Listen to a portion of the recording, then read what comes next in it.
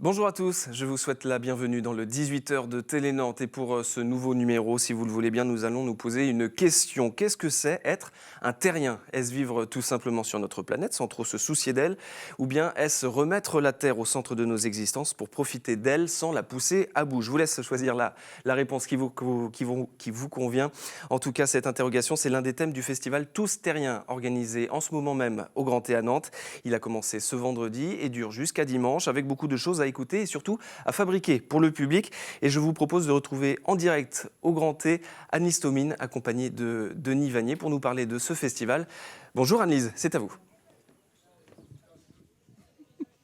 Bonjour Jean, vous avez tout à fait bien posé les termes du débat. C'est un débat presque philosophique qui nous anime, mais aussi ludique évidemment. Et c'est pour ça que je me trouve sur un petit vélo d'enfant. Je ne vais pas pédaler pour pas l'abîmer avec ma surcharge d'adulte. Mais voilà, parce qu'ici il va y avoir une cyclo-partie. On vous en dira plus tout à l'heure avec nos invités. Mais en gros, l'idée, ce sont les cyclistes qui vont fournir l'énergie pour illuminer et faire tourner cette piste. Parce que Denis, vous vous trouvez sur une piste qui va servir pour danser en fait samedi soir au cours de cet événement. Alors Tous Terriens, vous avez sans doute vu un petit peu l'affiche partout, c'est celle-là l'affiche. Il y a une dame qui est en train de tondre une orange pour en retirer le zeste. C'est une première manifestation organisée cette année au Grand Thé et on va tout de suite vous en dire un peu plus avec la directrice du Grand Thé, Catherine Blondeau, qui est aussi un peu dans l'expectative là, puisque l'événement vient juste de commencer. À 18h, c'était le top départ du week-end. Donc on va aller retrouver Catherine Blondeau, voilà, qui est juste derrière nous, la directrice du Grand Thé. Il y a des petits essais aussi qui se font en même temps, hein. J'espère qu'on va bien s'entendre. Bonjour, merci de nous accueillir. Bienvenue au Grand Thé, dans notre village collaboratif. Voilà, alors Tous Terriens, c'est une première. C'est un labo du changement collaboratif. C'est un événement qui est assez dur à expliquer. Alors comment vous le présentez ? C'est une fête des terriens qui rassemble des artistes, des savants, des citoyens engagés, des citoyens chercheurs de solutions. Des solutionnistes, vous les appelez ? Des solutionnistes, on les a même appelés, oui. Et puis aussi des restaurateurs, des vignerons naturels, mais tous des gens qui travaillent avec le respect de la planète et qui essaient de se convertir à des solutions du futur. C'est vrai là déjà en se baladant un peu sur le site, on a vu tout un tas de choses. Il y a le salon des vins naturels qui se trouve dans le bosquet un petit peu derrière, un restaurant, la piste ici pour la cyclo-partie. À l'intérieur aussi du théâtre, il y a un Fab Lab, il y a aussi une fausse émission de radio qui est en train de se préparer, une expo. Qu'est-ce qu'on va pouvoir voir? Comment on va être acteur du changement ce week-end dans Tous Terriens? En fait, on va d'abord s'amuser puisque c'est une fête et puis même si on va parler de sujets sérieux, parce que l'avenir de l'espèce et l'avenir de la planète sont des sujets sérieux, nous on croit fermement qu'on peut le faire en s'amusant, parler de tout ça, et puis peut-être de créer des prises de conscience, mais à travers l'art, à travers la participation, à travers des ateliers, en apprenant par exemple à faire un hôtel à insectes dans son jardin, ou bien en apprenant à réparer son électroménager cassé sans tout jeter tout le temps. Et puis, donc il y a aussi une dimension pratique. On ne va pas juste phosphorer, on va aussi transpirer un peu. Ah oui, on va être acteur. En fait, on a envie de dire aux gens, regardez, vous pouvez tous, chacun, faire quelque chose à votre endroit. Donc à la fois, il y a aussi des conférences très sérieuses, comme celle qui va ouvrir le festival tout à l'heure, une conférence de Christophe Bonneuil sur l'anthropocène. Ce mot très compliqué, hein. Alors je vous laisse l'expliquer. Alors l'anthropocène, c'est... Ça va être un mot-clé du week-end, donc prenez des notes. Selon les scientifiques, c'est le fait qu'on est passé dans une nouvelle ère géologique où l'homme est devenu le premier acteur, la première puissance géologique de transformation de la planète. On a dépassé les volcans, on a dépassé les séismes, on a dépassé le temps long de la géologie et nous on a tout accéléré avec notre activité humaine. Voilà, on fait plus de dégâts, donc ça c'est tout ce que ne pensent pas les climato-sceptiques en tout cas. L'anthropocène c'est l'inverse. Hein. L'anthropocène c'est en fait prendre conscience que c'est arrivé et donc puisque c'est arrivé, il y a deux solutions. Soit c'est la fin du monde parce qu'on est en train de précipiter la catastrophe, ou bien on peut encore, chacun à son endroit, trouver des solutions, changer ses comportements et faire en sorte que la planète reste habitable pour les générations futures. Alors je rassure aussi les gens, la conférence s'appelle Anthropocène, ta mère, c'est ça, donc c'est léger aussi, c'est ludique, c'est décalé, c'est un peu l'idée, c'est pas un truc pesant, c'est pas une grande leçon. Pourquoi le Grand T, qui est un théâtre, s'associe aussi à ce genre de manifestation, à une réflexion sur le changement d'air? Un théâtre, c'est aussi un endroit où le public croise des artistes. C'est un endroit public et on a eu envie d'en faire une agora, une espèce de grande agora où vont se rassembler des gens de diverses origines. Donc, comme je disais, des artistes, des savants, des citoyens lambda, des personnes qui réfléchissent tous un peu à la même chose, mais de manière différente. Par exemple, quand on va contempler l'expo très méditative d'Yves Chaudouette, Yves Chaudouette, il ne nous dit pas fabriquer des hôtels à insectes dans vos jardins. Il nous invite à nous immerger dans le fond des océans et à réfléchir un peu à la beauté des océans et après à chacun de faire son chemin. Donc voilà, il y aura aussi des pièces de théâtre, oui. Voilà, des représentations au cours de ce week-end Tous Terriens, qui est aussi adressé aux enfants, on peut le dire. Oui, à partir de 8-9 ans, on peut venir donc en famille et avec les enfants, par exemple pédaler. Vous avez vu, il y a des vélos pour les enfants, puisque ces vélos ne sont pas juste des vélos pour pédaler, mais ils fabriquent de l'électricité. Ce sont des vélos générateurs développés par une entreprise qui s'appelle Ludic Énergie et qu'on a un petit peu trafiqué. Donc toute l'équipe technique du Grand T avec l'aide des étudiants de l'école centrale, de l'IUT génie thermique électrique, etc., etc. Enfin, toutes sortes de jeunes qui sont eux-mêmes très investis sur ces questions, comme le sont les étudiants de l'école d'archi qui ont fabriqué un mobilier recyclable, etc., etc. Donc on a essayé à tous les endroits du festival, y compris dans la gestion de nos propres déchets, de se dire chaque geste, on y pense. Bon voilà, un peu le programme qui vous attend pour Tous Terriens, les gens qui participent à cet événement. Merci beaucoup Catherine Mondeau pour cette présentation. Nous on va aller voir aussi le réanimateur de ce week-end tout à l'heure, Sébastien Barrier, qui est aussi un artiste associé au Grand T. Mais avant, je vous propose de voir le teaser de l'événement en images.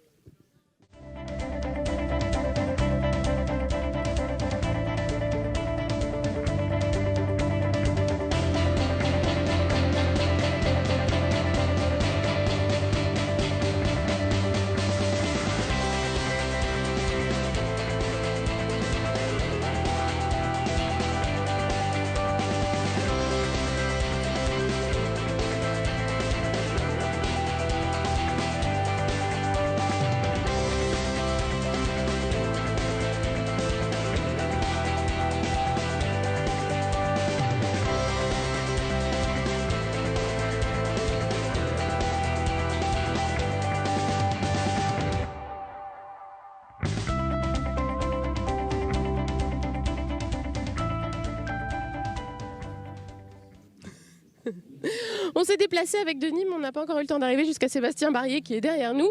Il accueille les premiers arrivants, les premiers participants à Tous Terriens, puisque je vous le disais, ça démarre tout de suite là à 18h. C'est l'entrée des premiers spectateurs pour la conférence qui aura lieu à 18h30.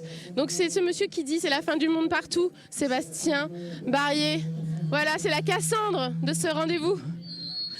Ouh, ça fait mal aux oreilles.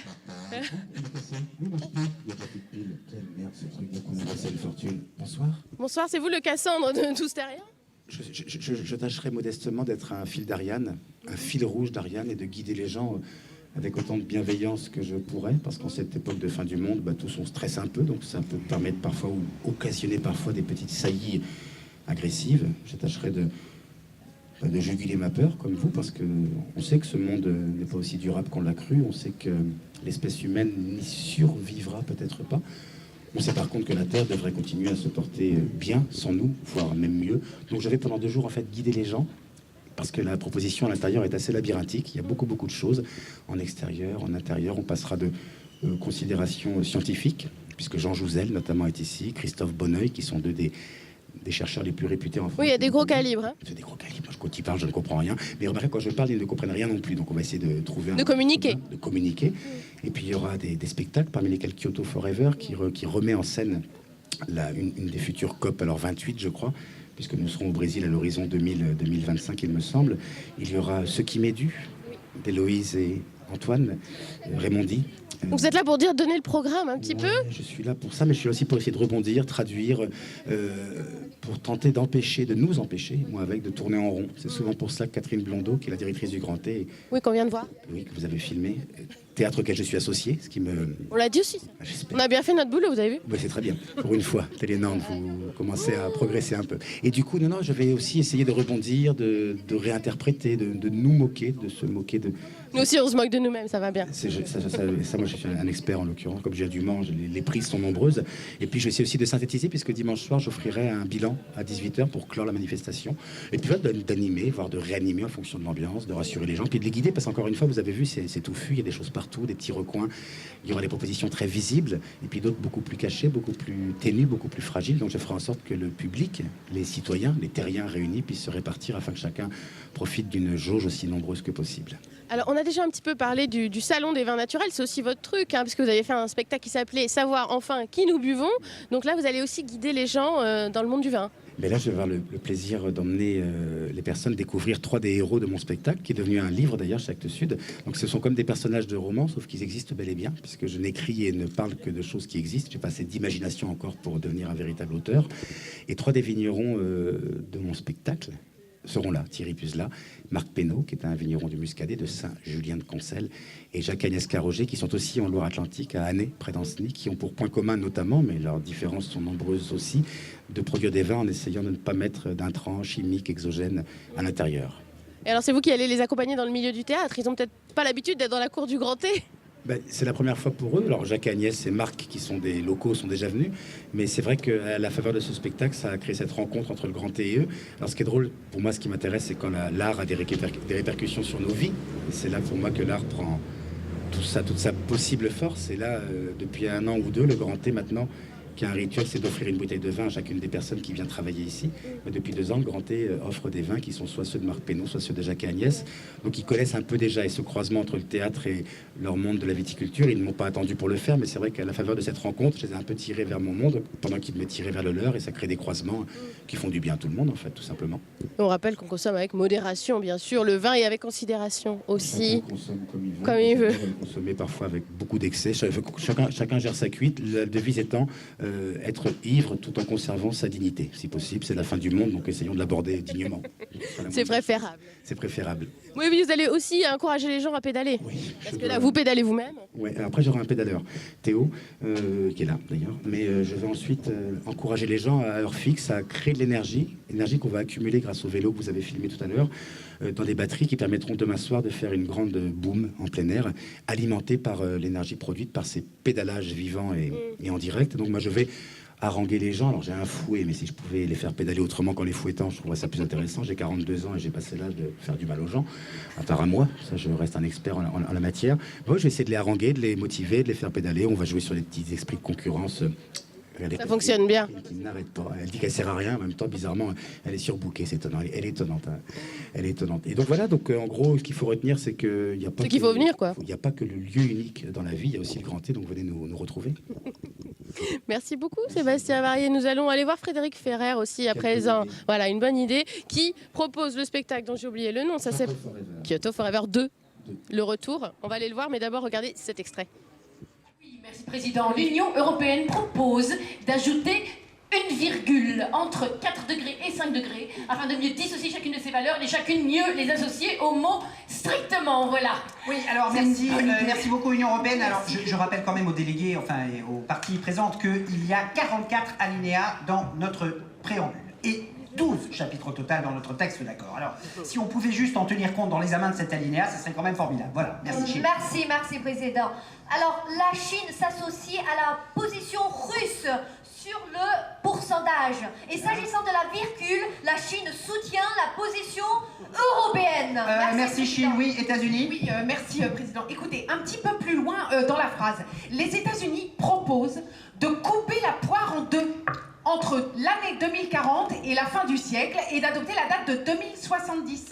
Concernant la virgule, les États-Unis pensent que si ce texte est plus clair avec cette virgule supplémentaire, alors il faut l'ajouter. Et enfin, concernant la mention strictement, les États-Unis pensent que ce mot n'est vraiment pas strictement nécessaire ici. Merci, Président. Merci beaucoup. Et nous allons vivre un aléa du direct avec vous, puisque Frédéric Ferrer, eh bien, nous l'avons perdu. Voilà, donc il est quelque part par là. Vous voyez, les gens commencent à arriver, à aller au bar, à boire des verres. Et donc Frédéric Ferrer a peut-être fait la même chose. Et donc nous l'avons perdu. C'est l'auteur et le metteur en scène de ce spectacle Kyoto Forever, donc, dont vous venez de voir un extrait. Donc voilà, il n'est pas là en fait. Vous avez peut-être reconnu Guillaume Mézières du Labo des Savoirs aussi, qui est là, journaliste du Labo des Savoirs, qui participe à l'événement. Voilà, tout le gratin scientifique et artistique est ici. Mais bon, on va essayer de le retrouver, d'accord? Voilà, on va vous laisser la main, Jean, et nous on va retrouver notre invité. Ah mais il est là-bas. Oui, on vous retrouve dans quelques instants, Anne-Lise, le temps que vous retrouviez votre invité. Un petit rappel, Tous Terriens, c'est jusqu'à dimanche. C'est une sorte de labo du changement collaboratif avec des artistes, des scientifiques, des techniciens, des conférences à écouter, des ateliers auxquels participer pour fabriquer des choses, fabriquer le futur. On va retrouver Anne-Lise dans quelques instants qui est en compagnie de son invité. Anne-Lise, c'est à vous. Ah. Voilà, Denis, on est là. Coucou. Nous avons trouvé Frédéric Ferrer, il nous attendait un petit peu plus loin. Bonjour. Bonjour. Vous êtes l'auteur et le metteur en scène de Kyoto Forever 2. Alors, vous avez la spécificité d'être aussi un agrégé de géographie. C'est ça qui vous a amené à vous intéresser à ces questions-là de réchauffement climatique et puis de géopolitique du climat? Oui, peut-être que ça a été un chemin, oui. Je l'aurais peut-être fait même si j'avais pas été agrégé de géographie en fait, mais il se trouve que je le suis, et donc voilà, c'est peut-être le lien. Ouais. Et sinon, qu'est-ce qui vous a poussé à écrire sur cette thématique et puis à la mettre en scène? En fait, oui, voilà, j'avais envie. Ça fait quelques temps déjà que par le théâtre, j'investis ces questions-là du changement climatique parce qu'elles sont, c'est des questions qui sont vraiment, qui sont porteuses de plein de récits actuels qui sont intéressants à questionner. Et puis alors, les négociations climatiques, c'est vraiment le méga récit parce que d'abord, on connaît pas la fin. Ça fait 35 ans qu'on se réunit et 35 ans pour faire baisser la température et 35 ans qu'elle augmente. Donc c'est hyper intéressant à essayer de comprendre pourquoi on est bloqué, pourquoi l'humanité est bloquée et que se cache-t-il derrière les accords qui sont obtenus à Kyoto et à Paris. Alors on a vu dans l'extrait juste avant que vous attardez sur des petits détails. Enfin là on voit l'Union européenne qui veut rectifier une virgule et les États-Unis ne sont pas d'accord. Ça montre pas un côté très, très glorieux finalement de la négociation et peut-être pas très optimiste non plus puisque dans cette pièce vous vous projetez à la COP 28, c'est ça? Oui.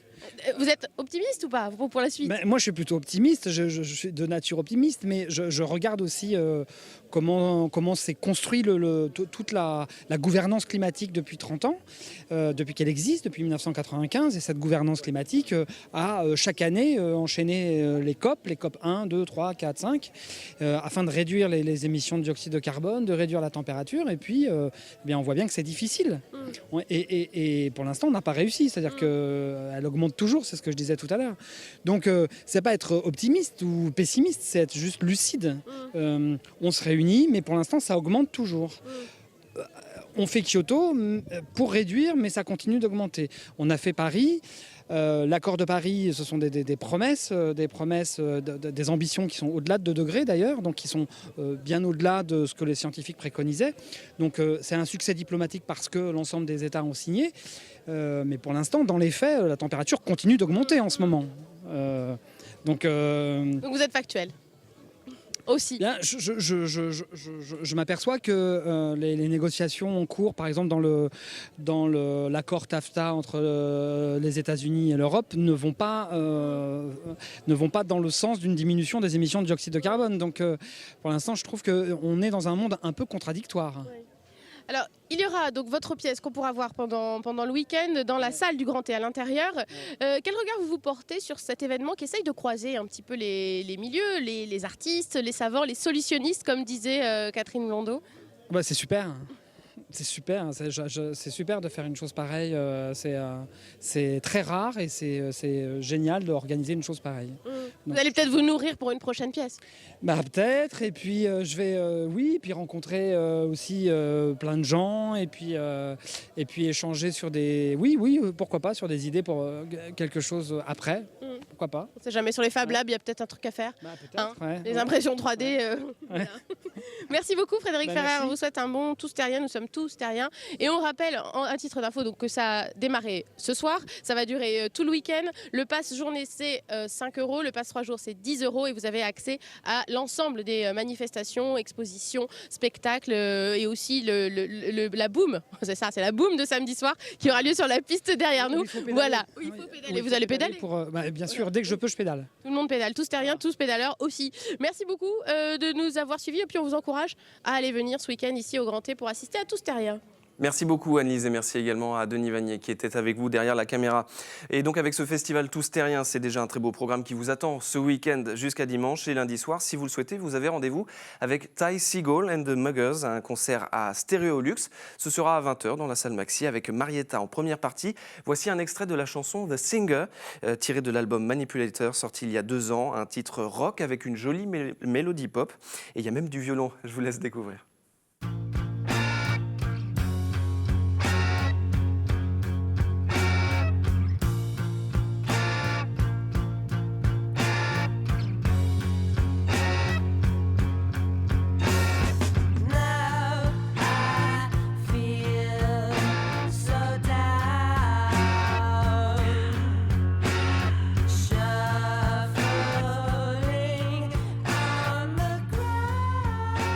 Voilà, Ty Segall and the Muggers, c'est lundi soir le 13 juin à Stéréolux. Il reste des places pour ce concert, vous pouvez les réserver sur le site stéréolux.org. Je vous le rappelle, nous étions en direct du Grand T pour le festival Tous Terriens, c'est jusqu'à dimanche.